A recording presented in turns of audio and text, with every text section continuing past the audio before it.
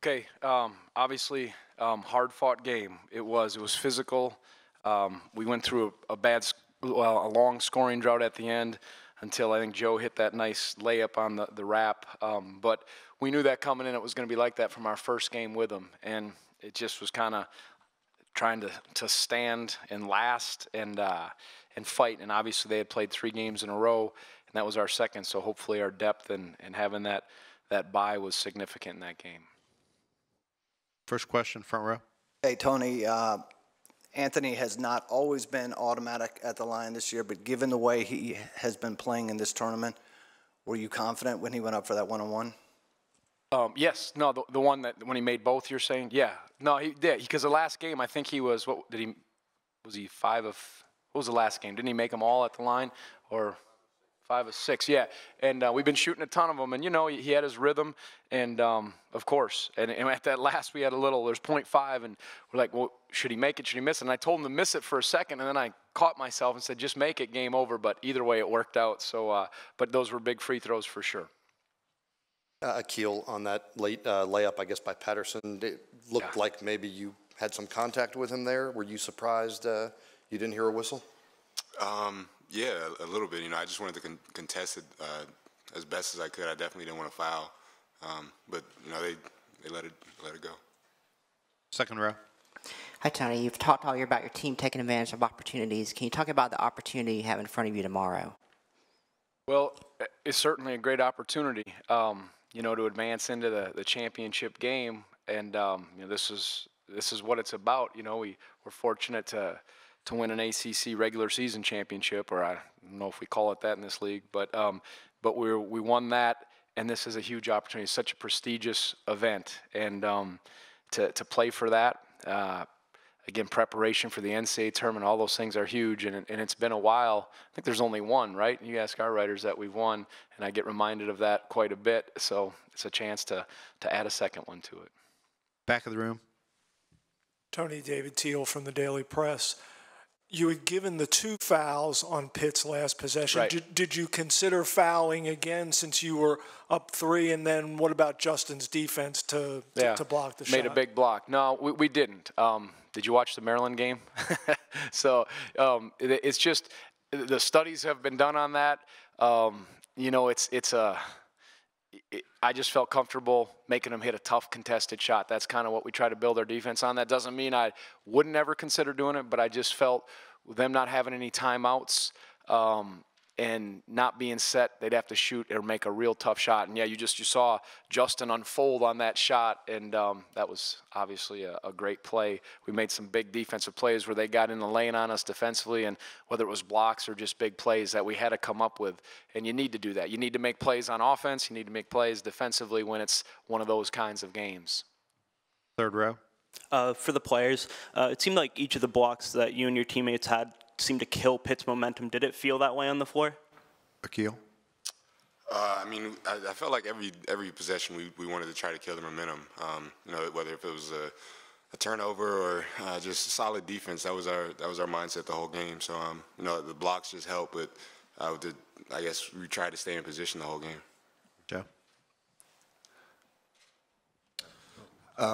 Yeah, just go off what Akil said. I don't know. I guess, you know, those plays really do help. You know, the blocks are huge momentum boost. The fans really get into it, and they seem to give you a surge there a little bit. So I guess from that perspective, the blocks do help for momentum. Joe doesn't block a lot of shots. So yeah, I don't block any shots. I answer that question.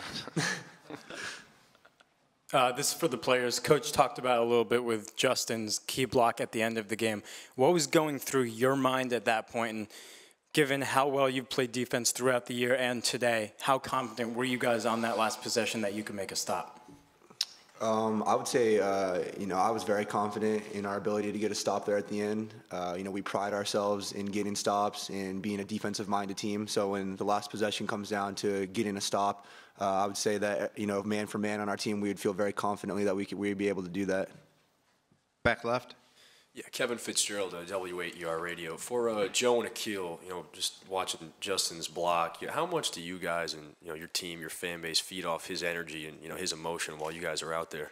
Yeah, it's definitely necessary to have a guy like that, just because he gives us so much energy. And if anybody's dead or if anybody's kind of flat-footed, he definitely gets us going and gets on your nerves every once in a while. But it's necessary, definitely necessary.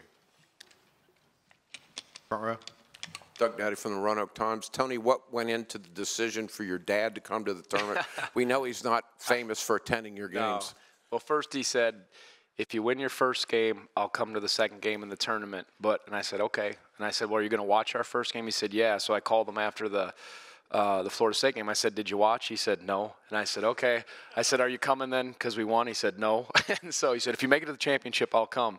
So I said, fine. He said, but I'm coming to the NCAA tournament. Well, he showed up at, 9 o'clock this morning and just said he was coming. And I laughed because he delivered a message. He said, this is going to be he called it a blue-collar knuckle-buster. That was his term. And then we talked about that before the game, and it truly was in terms of how physical. It was a blue-collar game, kind of put your hard hat on, but the blue-collar knuckle-buster was the thing he said. And yeah, I'm glad he was there. He's, obviously he's had a huge influence on me. And he has a good relationship with these guys, especially Joe and Akil, who came in. So I'm glad he got to see it. And I don't know if he'll be here tomorrow or not. This is 50-50.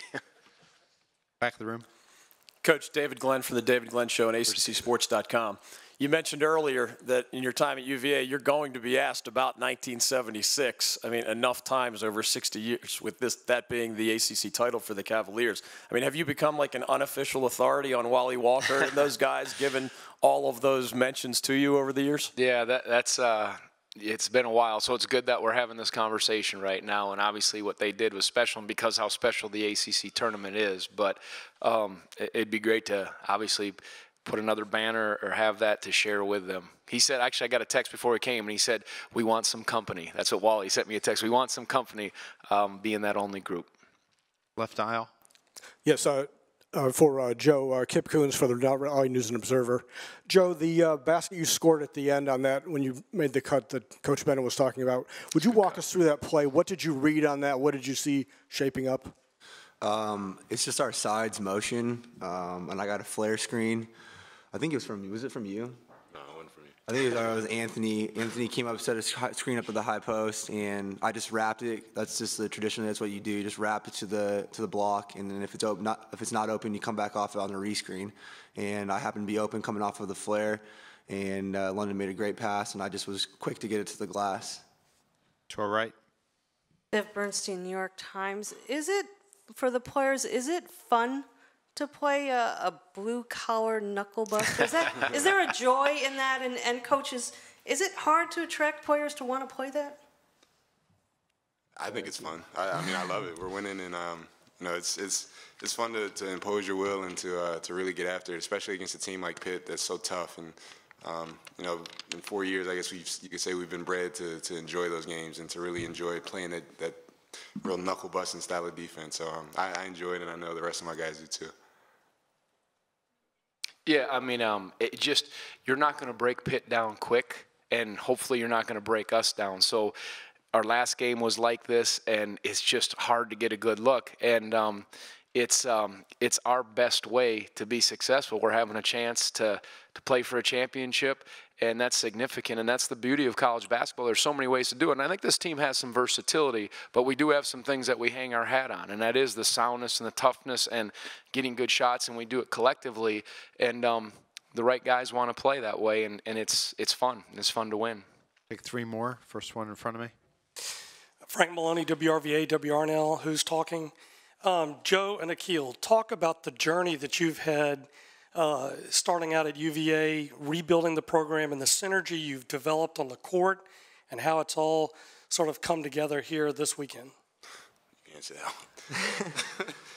Well, I would say that, when we first came in Coach Bennett's first recruiting class to Virginia, he said, we might have to learn to lose together before we can win together, and it wasn't going to be easy, and we were going through some tough times, but that he believed in us, and he believed that we could have an opportunity to really change this thing around. That's the main reason why Akil and I and our class decided that we wanted to come here, and our first year It was tough. We experienced some bumps along the way, but I think, over time we gradually have just, gotten used to what Coach wants out of us, his philosophy, mindset, and it's kind of been ingrained in us. And like Akil was saying earlier, when we were talking about a knuckle buster type game and how we really enjoy that, I mean, that's genuine. We actually do. We've been, kind of bred. That's the way that we think. We are a defensive-minded team, and that's how we believe we're going to win games, and that's what we've come to believe over time. And I think, that's why we've had success and why we've gained success over the past couple of years. Tony, I think there was a point in the second half when the team was shooting better than 50% from the floor. Then you had the 6-minute stretch without any points. Why did the offense bog down? Did Pitt's defense just pick up? They did. I think we got fatigued and we got stagnant. And, it came down to us trying to make some plays, and we just we got a few good looks in that, but we were pretty stagnant. And, I probably could have maybe given them some better sets to get them moving a little more. But there were some tired guys out there, and I didn't think we ran our offense as hard, or when we had a set, we just kind of got thwarted by Pitt's D. They really were. I mean, they got physical. It was obviously they weren't going to give you anything easy, and everybody knew it was kind of hanging on a possession. Our guys knew that in our timeouts. We were saying, one more stop, everything you got, leave it out on the floor. They were doing the same thing. And, when the defense has that mindset, it's just hard to score. But I think we were very stagnant in that stretch, and that maybe hurt us a little bit. Last question. Tony, have you had a conversation with Terry Holland since you've been down here? I've been here? No, but he's been great. Like throughout the year, he came, talked to our team. I mentioned that before. He and Coach Carlisle did, and then came to our shoot around before we played Duke. Sends an encouraging text or email. He's been wonderful, and obviously he's such a legend as a coach and what he did for Virginia basketball. So hopefully we can try to get this done tomorrow and make those guys proud.